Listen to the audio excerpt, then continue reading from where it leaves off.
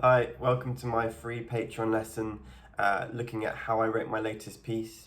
Here you can get a preview of what it's like to become a £1 a month member or a £5 a month member.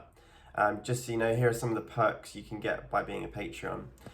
You get free tabs and guitar profiles, which will have access to all my learning materials, making you a better guitarist. You can vote for your next video lesson, so you can have a say on what you'd like to learn and tailor your learning experience. You're supporting my channel, which makes you a legend in itself, so good for you. On higher tiers, you can get monthly practice routines, you can have a private 20-minute lesson a month, and you can ask any question and I'll get back to you very quickly. So if you join this month, you'll get a shout out in my latest video. But enough of that, let's get on to the video. Okay, so here's the first part of the song.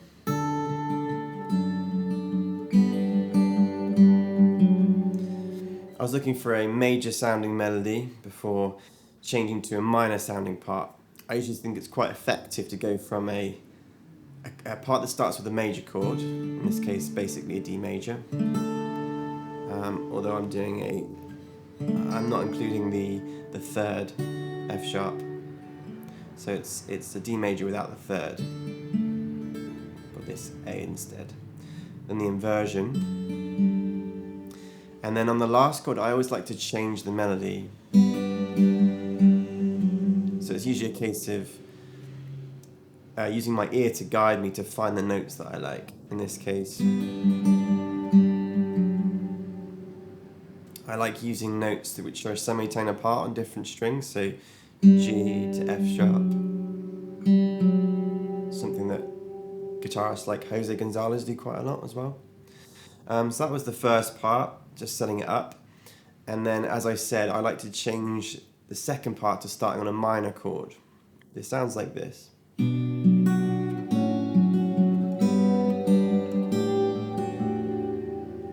Similar idea. Basically, the last chord will change the melody the most. Something that I do that John Mayer, Tom Misch, guitarists like that do is they take one shape, see what melodies you have within that chord shape, like that, and then you just change the root notes around it. And I basically kept that shape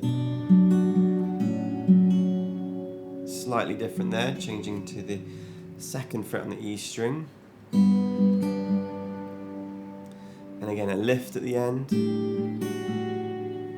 And this is probably my favourite part of the song.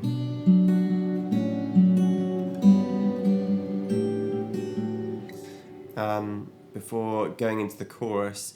And to finish that part, I included the B flat, just to give a little bit of a tension. And again, a slight change before going into the next part, just to subvert the expectation a little bit. The chorus, again, keeping with that rhythm, so it flows quite nicely.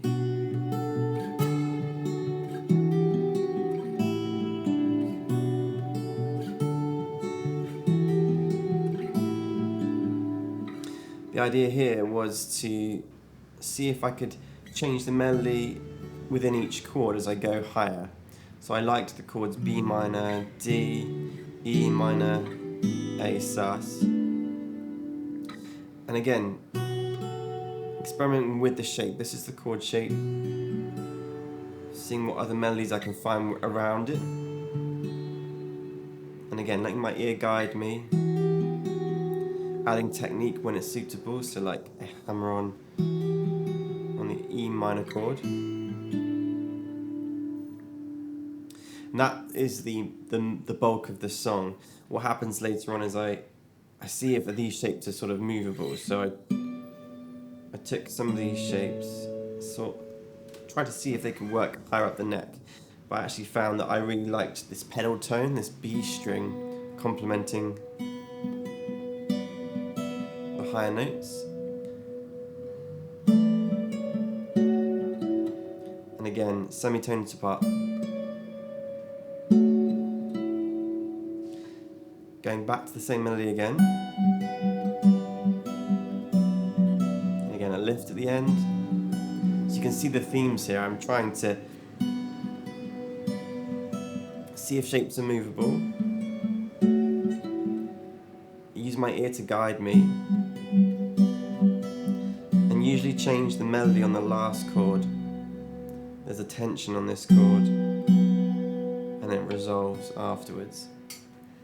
And then again, I feel like a song should have a narrative. So I like to tell a story with a song. So from this part we go back into the previous part for dramatic effect and to round off the song as a whole. So that's basically how I wrote the song, using chord shapes that I knew I liked, trying to find melodies within that. Technique-wise, using Travis picking ideas. And chord-wise, just trying new shapes out based on ones I already knew. So my challenge for you this week is to see if you can come up with a part that's based on a chord from this piece or a part.